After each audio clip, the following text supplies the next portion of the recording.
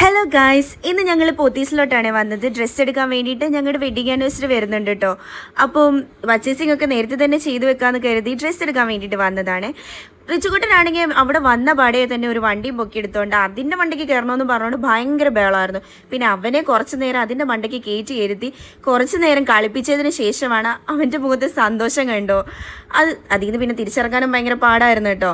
പിന്നെ ഞാൻ കുഞ്ഞിന് വേണ്ടതും ഹസ്ബൻഡിന് വേണ്ടതും എനിക്ക് വേണ്ടതുമുള്ള ഡ്രസ്സുകളൊക്കെ നോക്കിയെടുത്ത് പറക്കിയെടുത്തിട്ട് എനിക്ക് വേണ്ട ഡ്രസ്സുകളെല്ലാം എടുത്തുകൊണ്ട് ട്രയൽ ചെയ്യാൻ വേണ്ടിയിട്ട് പോയി. എൻ്റെ ഏപ്രാച്ചി മുടിയെല്ലാം അങ്ങ് പറന്ന് നടക്കുവാന്നേ, എന്തു ചെയ്യാനാ.